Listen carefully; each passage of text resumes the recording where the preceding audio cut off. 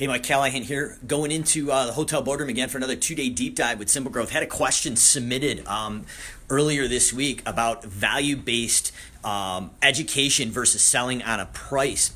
So it got me thinking about some of the things we do in our business that's applicable really to lawn care, home cleaning, or any other service industry. But basically one of the things we did is we avoided, or actually didn't avoid, but we actually addressed any industry conceptions about snow removal in this example.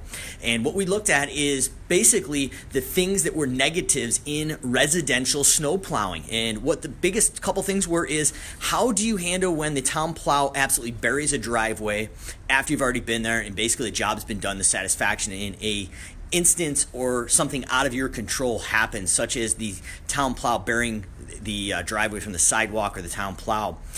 So we addressed that up front on our website, actually gave live prices of what we charge. It wasn't an exact price, but it was a range.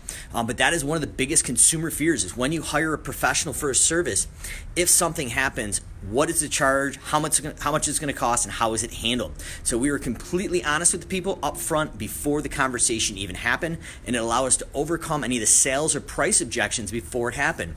Another big instance there is we addressed our satisfaction guarantee. So if you were not 100% satisfied, we'd come back with no questions asked to fix it free of charge. And basically, if you were not happy after that point, we wouldn't charge you. At some points, we would actually even pay a competitor of the consumer's choice to go out and fix the problem if they were not happy with our final solution. So the video today is really just talking about what are the good, the bad, and ugly things associated with your industry, whether it's home cleaning, lawn care, snow removal, and are you going to address them up front? One thing we really recommend is address the elephants in the room. Because they're there. But if you go out and own the elephants that potentially are associated with your industry, you are going to have the advantage over your competition. So address the things in your business that are stereotypical, as far as not returning phone calls, not being reliable, not having insurance, or in this example with the snow removal, how do we handle the things that, not if they're going to happen, but when they are going to happen? Is there an additional charge? How is it going to be handled? And how do we handle that to make a great customer experience? Another example with snow removal is we made a lot of content and social media videos of when things happen. If a truck went down, and it's not uncommon in snow removal industry that you are going to have catastrophic breakdowns, whether it's a day-old truck or a 10-year-old truck, transmissions and things break.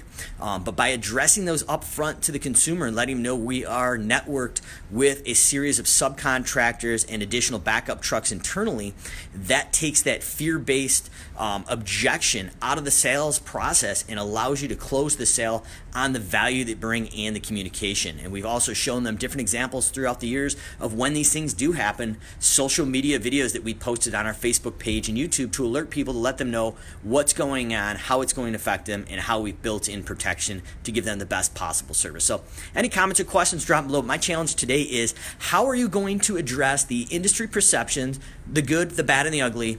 And I recommend putting them on your social media, your website, and if there's any additional costs associated with some of these bad perceptions, address them up front.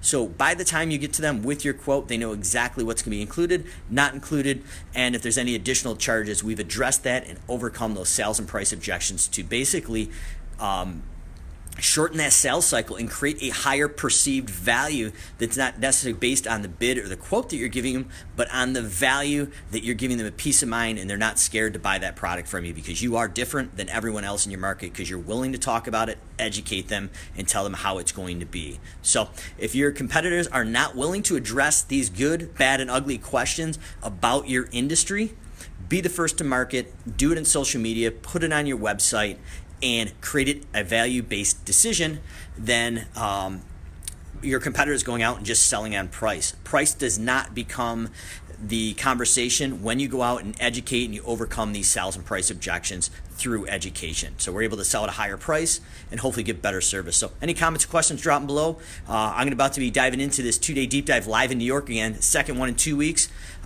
Just a great time helping other small business owners get a handle on their workflow, estimating procedures, and other things like this as far as marketing and social media content. So we'll see you again tomorrow on our next video.